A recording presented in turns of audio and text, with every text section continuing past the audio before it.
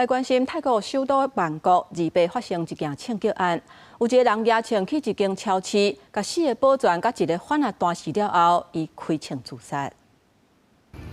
救护人员咧为这倒落去的人急救，根据警方甲急救人员的讲法，这伤者最后也是救无倒来。2中昼左右，伫奥克多市场发生枪击案，真济市场的保全人员甲一个打犯遭到射杀身亡，凶手了后也举枪自尽。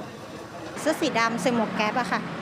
ก็กำลังใช้ปืนยิงอยู่เขาก็ยิงหลายนัดเลยค่ะยิงรัวเขามีครอบครัวกันหมดทุกคนสงสารทุกคนแล้วเรารู้จักกันด้วย